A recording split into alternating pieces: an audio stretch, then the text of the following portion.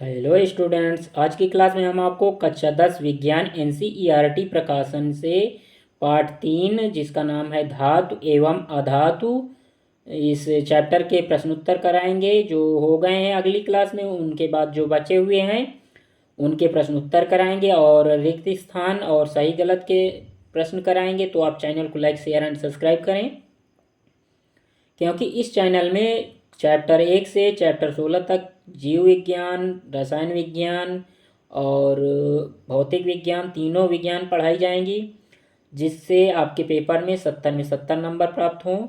तो आप चैनल को अधिक से अधिक मात्रा में लाइक, शेयर एंड सब्सक्राइब कराएं।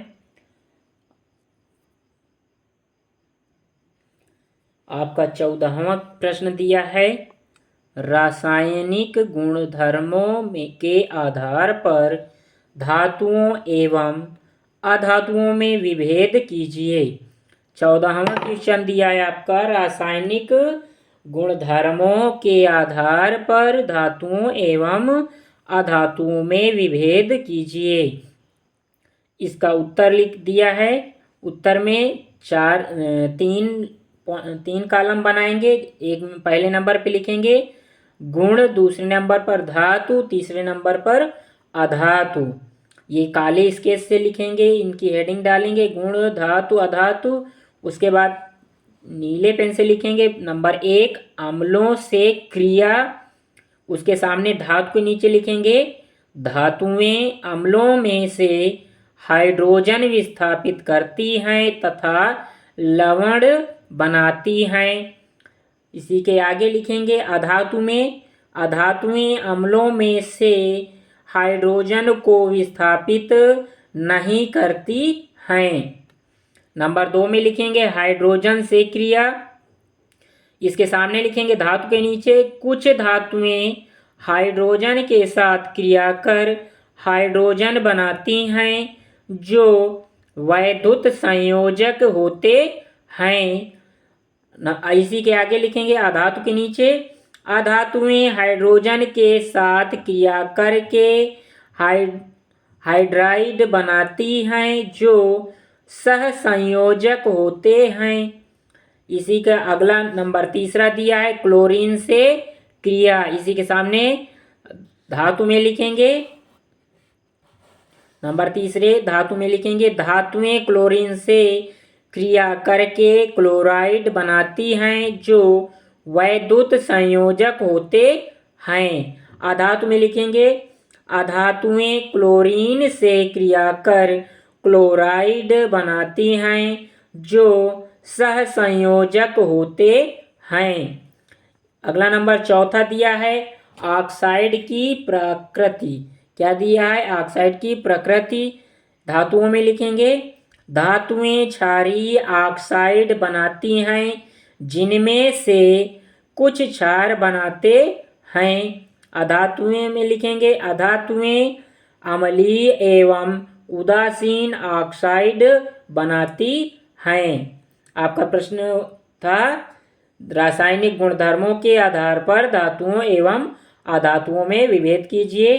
तो आपके धातु अधातु में भेद दिया है। उत्तर में आप समझ समझ के याद करें और हो सके तो रफ में जो भी याद करते रहें उसको लिखते जाएं तो जल्दी आपको याद होगा। और याद करने का कार्य आप सुबह जल्दी 3 बजे उठकर ही करें, जिससे माइंड फ्रेश रहता है और आपको जल्दी याद हो जाएगा। आगे आपके दिए हैं वस्तुनिष्ठ प्रश्न, यानी रिक्त स्थान वाले हैं। इसमें दिया है रिक्त स्थानों की पूर्ति करो। पहला नंबर दिया है पृथ्वी पर सबसे अधिक पाई जाने वाली धातु डैश डैश है। तो पृथ्वी पर सबसे अधिक कौन सी धातु पाई जाती है? एल्यूमिनियम। रिक्त स्थान की जगह में क्या भरेंगे इसमें? एल्यूमिनियम। यानी पृथ्वी पर सबसे अधिक पाई जाने वाली धातु डैश डैश है। तो डैश डैश की यानी रिक्त स्थान की जगह पर एल्यूमिनियम भरा जाएगा आपका। नंबर 2 है लोहे को आर्द्र वायु में जब अधिक समय तक खुला छोड़ देते हैं तो उनकी सतह डैश डैश हो जाती है। तो लोहे को जब खुली सतह में वायु में आर्द्र वायु में छोड़ देंगे तो उसकी सतह कैसी हो जाएगी? संक्षारित हो जाएगी। रिक्त स्थान में क्या भरेंगे? संक्षारित हो जाती है। उसी के आगे दिया है और इस घटना को डैश डैश कहते हैं। क्या दिया है? और इस घटना को डैश डैश कहते हैं, यानी रिक्त स्थान में क्या भरेंगे? संक्षारण कहते हैं। क्या कहते हैं? संक्षारण। नंबर तीसरा दिया है धातुओं के ऑक्साइड डैश डैश होती हैं। क्या कैसी होती हैं धातुओं की ऑक्साइड? रिक्त स्थान में क्या भरेंगे? अम्लीय होती हैं। धातुओं की ऑक्साइड कैसी होती हैं? अम्लीय होती हैं। नंबर चौथा है सूची जिसमें सामान्य धातुओं को उनके घटते हुए क्रम में व्यवस्थित रखते हैं उसे डैश डैश श्रेणी कहते हैं। यानी कि रिक्त स्थान में क्या भरा जाएगा? सक्रियता श्रेणी कहते हैं। क्या भरेंगे? सक्रियता। नंबर पांचवा आपका दिया है प्रक्रम जिसमें अयस्क को वायु की अनुपस्थिति में तेज गर्म किया जाता है डैश डैश कहलाती है। तो क्या कहलाएगी? निस्तापन। क्या कहलाएगी? रिक्त स्थान में भरेंगे निस्तापन कहलाएगी। नंबर छठा है आपका तांबा विद्युत का डैश डैश है। क्या लिखेंगे? तांबा विद्युत का डैश डैश है। तो क्या है तांबा? तांबा विद्युत का सुचालक है। क्या भरेंगे? तांबा विद्युत का डैश डैश है, तो इसमें भरेंगे सुचालक है। नंबर सातवां है धातुओं को उनके अयस्कों से निष्कर्षित करने की क्रिया डैश डैश है। धातुओं को उनके अयस्कों से निष्कर्षित करने की क्रिया डैश डैश है। तो रिक्त स्थान में क्या भरेंगे? धातु कर्म है। क्या भरेंगे? धातु कर्म। अगला नंबर आठवां है आपका भंजन में डैश डैश गैस निकलती है। भंजन में कौन सी गैस निकलती है? SO2। रिक्त स्थान में क्या भरेंगे? SO2 गैस निकलती है। 9वां नंबर है निस्तापन में डैश डैश गैस निकलती है। निस्तापन में कौन सी निकलेगी? CO2। भंजन में आपकी SO2 निकलती है और निस्तापन में CO2 निकलती है। नंबर 10वां है सोडियम को जल में डालने पर उत्पन्न डैश डैश गैस जलती है। तो कौन सी गैस निकलती है? हाइड्रोजन गैस उत्पन्न होती है और हाइड्रोजन गैस जलती है। यानी सोडियम को जल में डालने पर उत्पन्न हाइड्रोजन गैस रिक्त स्थान में क्या भरेंगे? आपको यहाँ भरेंगे सोडियम को जल में डालने पर उत्पन्न कौन सी गैस उत्पन्न होती है? सोडियम को जल में डालने पर हाइड्रोजन गैस उत्पन्न होती है और इसी को रिक्त स्थान में भरेंगे। उसके बाद लिखेंगे उत्पन्न हाइड्रोजन गैस जलती है। जब सोडियम को जल में डालेंगे तो कौन सी गैस उत्पन्न होगी? हाइड्रोजन गैस उत्पन्न होगी और हाइड्रोजन गैस ही जलती है। नंबर 11 आपका दिया है कॉपर हाइड्रोजन से डैश डैश क्रियाशील है। क्या लिखेंगे? कॉपर हाइड्रोजन से डैश डैश क्रियाशील है। तो डैश डैश के स्थान पर यानी रिक्त स्थान में क्या भरेंगे? कम क्रियाशील है।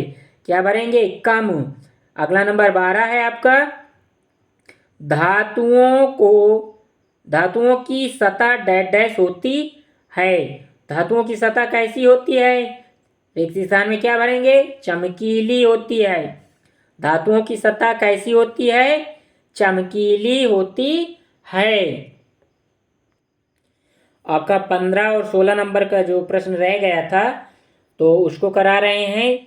इसमें दिया है 15 नंबर में एक व्यक्ति प्रत्येक घर में सुनार बनकर जाता है। उसने पुराने एवं मलिन सोने के आभूषणों में पहले जैसी चमक पैदा करने का ढोंग रचाया।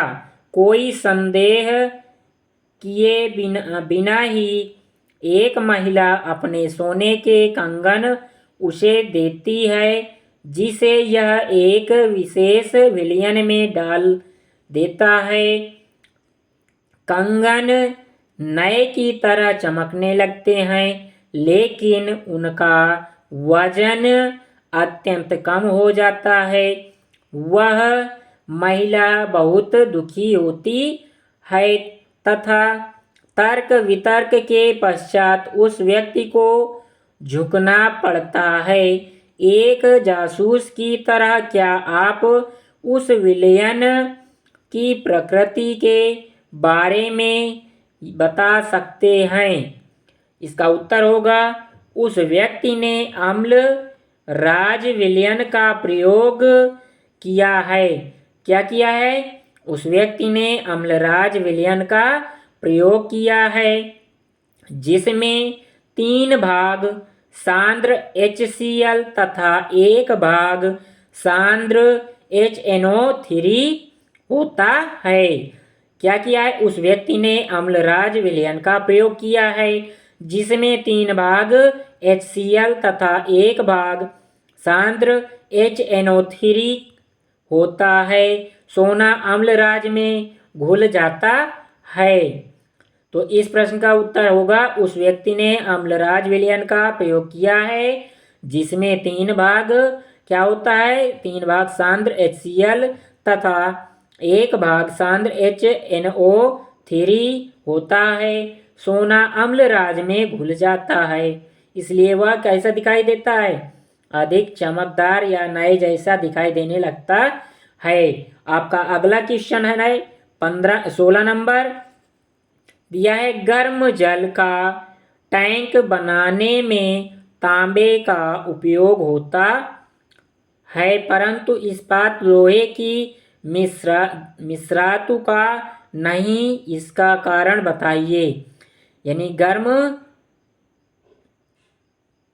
गर्म जल का टैंक बनाने में तांबे का उपयोग होता है, परंतु इस्पात या लोहे की मिश्र धातु का नहीं। इसका कारण बताइए। इसका उत्तर क्या होगा? आयरन की तुलना में कॉपर ऊष्मा की सुचालक है। क्या दिया है? आयरन की तुलना में कॉपर ऊष्मा की सुचालक है। कॉपर गर्म जल के साथ भी अभिक्रिया नहीं करता, परंतु आयरन गर्म जल से अभिक्रिया करता है। तो इसीलिए हम गर्म जल का टैंक किससे बनाते हैं? तांबे का बनाते हैं, क्योंकि तांबा जो होता है आपका वह गर्म जल में क्रिया नहीं करता है, और लोहे की कोई भी वस्तु हो वह गर्म जल में क्रिया करने लगती है। तो आपके उत्तर में क्या लिखेंगे? आयरन की तुलना में कॉपर ऊष्मा की सुचालक है। कॉपर गर्म जल के साथ भी अभिक्रिया नहीं करता, परंतु आयरन गर्म जल से अभिक्रिया करता है। समीकरण दिया है 3Fe प्लस 4H2O, इनको आपस में मिलाने पर क्रिया कराने पर क्या प्राप्त होगा? Fe3O4 plus 4H2। अब आपके आगे कराए जाएंगे सत्य असत्य, तो आप चैनल को अधिक से अधिक मात्रा में शेयर करते रहें। दिया है आपका पहला नंबर, यानी कि सत्य असत्य में अधातुओं के ऑक्साइड अम्लीय या उभयधर्मी होते हैं। तो ये क्या है? इसका क्या होगा आपका? ये सत्य होगा, यानी अधातुओं के ऑक्साइड अम्लीय या उभयधर्मी होते हैं। नंबर 2 है आपका, सभी खनिज अयस्क होते हैं। असत्य, यानी कि सभी खनिज अयस्क नहीं होते हैं। इसमें दिया है आपका सभी खनिज अयस्क होते हैं, तो यह कैसा हो जाएगा? आपका असत्य हो जाएगा, क्योंकि सभी खनिज अयस्क नहीं होते हैं, और इसमें आपका कह रहा है सभी खनिज अयस्क होते हैं, तो ये क्वेश्चन क्या हो जाएगा आपका? असत्य। नंबर 3 है, सक्रियता श्रेणी के शीर्षस्थ पर विद्यमान धातुएं कम अनाभिक्रिय होती हैं। यह क्या हो जाएगा आपका? असत्य। नंबर 4 है, एल्युमिनियम ऑक्साइड उभयधर्मी ऑक्साइड होते हैं। एल्युमिनियम ऑक्साइड उभयधर्मी ऑक्साइड होते हैं। यह आपका सत्य है। नंबर 5वां है सिल्वर एवं कॉपर विद्युत के बुरे चालक होते हैं। सिल्वर एवं कॉपर विद्युत के बुरे चालक होते हैं। यह आपका क्या हो जाएगा? असत्य हो जाएगा। यह क्या है? असत्य है। यानी कि सिल्वर चांदी विद्युत के चालक होते हैं, इसमें दिया बुरे चालक होते हैं, तो यह क्या हो जाएगा? असत्य हो जाएगा। नंबर 6 है धातुएं ऑक्सीकारक होती हैं। धातुएं ऑक्सीकारक होती हैं। यह आपका 6 नंबर असत्य हो जाएगा। नंबर 7वां है एक कम क्रियाशील धातु एक अधिक क्रियाशील धातु को उसके विलयन से विस्थापित करती है। जो धातु आपकी अधिक क्रियाशील होती है वह धातु कम क्रियाशील धातु को क्या करती है? विस्थापित करती है। तो यह आपका क्वेश्चन सत्य है। नंबर 8वां है फेन प्लावन विधि ऑक्साइड अयस्कों के सांद्रण में काम आती है। फेन प्लावन विधि जो आपकी होती है क्या होती है? ऑक्साइड अयस्कों के सांद्रण में काम आती है। तो यह आपका गलत है। यानी कि फेन प्लावन विधि ऑक्साइड अयस्कों के सांद्रण में काम नहीं आती है। इसमें दिया है काम आती है, तो ये क्या हो जाएगा? असत्य हो जाएगा। नंबर 9वां है लेड और मरकरी पारा, यानी मरकरी को पारा कहते हैं। लेड और मरकरी ऊष्मा के सर्वश्रेष्ठ चालक हैं। तो ये क्या हो जाएगा आपका? असत्य। यानी कि लेड और मरकरी ऊष्मा के सर्वश्रेष्ठ चालक नहीं होते हैं। इसमें दिया है सर्वश्रेष्ठ चालक होते हैं, इसलिए यह असत्य है। नंबर 10वां है आपका सोडियम एवं पोटेशियम धातुओं को चाकू से आसानी से काटा जा सकता है। क्या दिया है? 10वां सोडियम एवं पोटेशियम धातुओं को चाकू से आसानी से काटा जा सकता है। यह आपका सत्य है। नंबर 11वां है कॉपर हाइड्रोक्लोरिक अम्ल से क्रिया करके हाइड्रोजन गैस बनाता है। कॉपर हाइड्रोक्लोरिक अम्ल से क्रिया करके हाइड्रोजन गैस बनाता है। यह आपका असत्य हो जाएगा। नंबर 12 दिया है लोहा भाप से अभिक्रिया करता है। यह क्या हो जाएगा? लोहा यानी कि भाप से अभिक्रिया करता है, तो यह आपका सत्य हो जाएगा। लोहा जो आपका होता है भाप से अभिक्रिया करने लगता है, इसलिए यह सत्य है। वीडियो अच्छा लगा हो तो चैनल को लाइक शेयर एंड सब्सक्राइब करें, क्योंकि इस वीडियो में इस चैनल में आपको कंपटीशन लेवल के शॉर्ट वीडियो उपलब्ध हैं और क्लास 6 से क्लास 12वीं तक की इंग्लिश की पूरी ग्रामर पढ़ी हुई है, तो आप पूरी ग्रामर पढ़ें। और विज्ञान चैप्टर 1 से चैप्टर 16 तक की पूरी कराई जाएगी, जिसमें भौतिक और रासायनिक और जीव विज्ञान है। तो अधिक से अधिक मात्रा में आप शेयर करते रहें, जिससे हमको मोटिवेशन मिले और हम आपको अधिक से अधिक अच्छी तरीके से पढ़ाएं और कंपटीशन लेवल के इम्पोर्टेंट क्वेश्चन भी कराते रहें। वीडियो देखने के लिए धन्यवाद। और आपका 3 चैप्टर कंप्लीट हो गया आज से। तीसरा चैप्टर, अगला चैप्टर आपका चौथा होगा, जिसको पढ़ने के लिए आप चैनल को लाइक शेयर एंड सब्सक्राइब करें और अपने दोस्तों के पास भेजें, जिससे उन लोगों की भी तैयारी हो जाए विज्ञान की और इंग्लिश ग्रामर की। वीडियो देखने के लिए धन्यवाद।